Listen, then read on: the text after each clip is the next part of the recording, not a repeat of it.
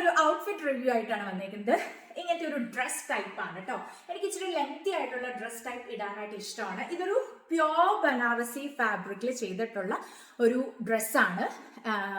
ഇതിൻ്റെ ചെസ്റ്റിൻ്റെ പോർഷനിൽ ഒരു പ്രത്യേക രീതിയിൽ ഇവിടെ ഇത് ഫുള്ള് ഹാൻഡ് വർക്ക് ചെയ്തിട്ട് സ്ലീവ്സിൻ്റെ എൻഡിൽ ഒരു ഓർഗൻസ ഫാബ്രിക്, അതിൻ്റെ ഇത് ഇവിടെ ഇങ്ങനെ നല്ല ബ്യൂട്ടിഫുൾ ആയിട്ടുള്ള ഒരു ഹാൻഡ് വർക്ക് പോയിട്ടുണ്ട്.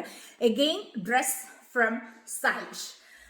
പ്യോർ ബനാറസിയിലാണ് ചെയ്തേക്കുന്നത്. അതുകൊണ്ട് ഇതിൻ്റെ ഒരു ഫ്ലോ കണ്ടോ, നമ്മൾ ഇച്ചിരി കുറഞ്ഞ ബനാറസിൻ്റെ എടുക്കുമ്പോൾ നമുക്കിങ്ങനെ ഭയങ്കര ഇങ്ങനെ പൊന്തി നിൽക്കുന്ന പോലെ തോന്നും. ഇങ്ങനത്തെ പ്യോർ മെറ്റീരിയൽ ആകുമ്പോൾ നല്ല ബോഡി ഹഗ്ഗിങ് ആയിട്ട് നല്ല ബ്യൂട്ടിഫുൾ ആയിട്ട് കിടക്കുകയും ചെയ്യും. പിന്നെ അതിൻ്റെ ഹെം ഏരിയയിലായാലും ഇത് കണ്ടോ, ആ സ്ലീവ്സിൻ്റെ എൻഡിൽ കൊടുത്തേക്കുന്ന ആ ഓർഗൻസ ഫാബ്രിക്കിലുള്ള ആ ഒരു ഇത് അവർ ആ ഡ്രസ്സിൻ്റെ എൻഡിലും കൊടുത്തിട്ടുണ്ട്. നല്ല ബ്യൂട്ടിഫുൾ ആയിട്ട് ഒതുങ്ങി കിടക്കുന്ന രീതിയിലാണ് ഈ ഡ്രസ്സ് ചെയ്തേക്കുന്നത്. അതിൻ്റെ നെക്കിൻ്റെ പാറ്റേണും എല്ലാം ഭയങ്കര അടിപൊളിയാണ്. എനിക്ക് അവരുടെ ഡ്രസ്സ് ഭയങ്കര ഇഷ്ടമാണ്.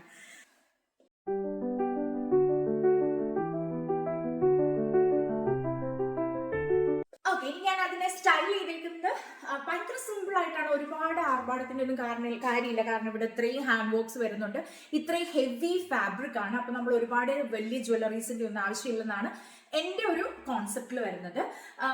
ബർഗൻ സ്റ്റോക്കിൻ്റെ സിമ്പിൾ ആയിട്ടുള്ള ഇങ്ങനത്തെ ഒരു ചപ്പൽ വെച്ചു.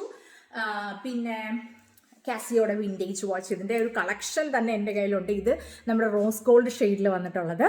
ഈ കയ്യിൽ ഒരു ചെയിൻ, അത് എപ്പോഴും കിടക്കുന്നതുകൊണ്ട് അത് അങ്ങനെ തന്നെ ലീവ് ചെയ്തു. ഒരു ചെറിയൊരു മാലയും പിന്നെ ചെറിയൊരു കമ്മലും വെച്ചിട്ട്, ഞാൻ പറഞ്ഞില്ല ഇത്രയും ഹെവി വർക്കും ഹെവി ഫാബ്രിക്കും വരുമ്പോൾ ഒരുപാട് നമ്മൾ ജ്വല്ലറീസ് ഒന്നും ഇട്ട് ഹൈലൈറ്റ് ചെയ്യേണ്ട കാര്യമില്ല. ഇങ്ങനെയാണ് ഞാൻ ഇതിനെ സ്റ്റൈൽ ചെയ്തത്. മുടിയിൽ നിങ്ങൾക്ക് ആസ് യൂഷ്വൽ അറിയുന്ന പോലെ എനിക്ക് പ്രത്യേകിച്ചൊന്നും ഈ സാധനത്തിൽ ചെയ്യാൻ അറിയില്ലാത്തതുകൊണ്ട് ഇതിങ്ങനെ ലൂസായിട്ടിട്ടു. ഓൾറൈറ്റ്, അപ്പോൾ ഇങ്ങനത്തെ വീഡിയോസ് നിങ്ങൾക്ക് ഇഷ്ടമാണെങ്കിൽ ഫോളോ ചെയ്ത് കൂടിക്കോ. വീണ്ടും ഒരു വീഡിയോ ആയിട്ട് കാണാം. ബൈ.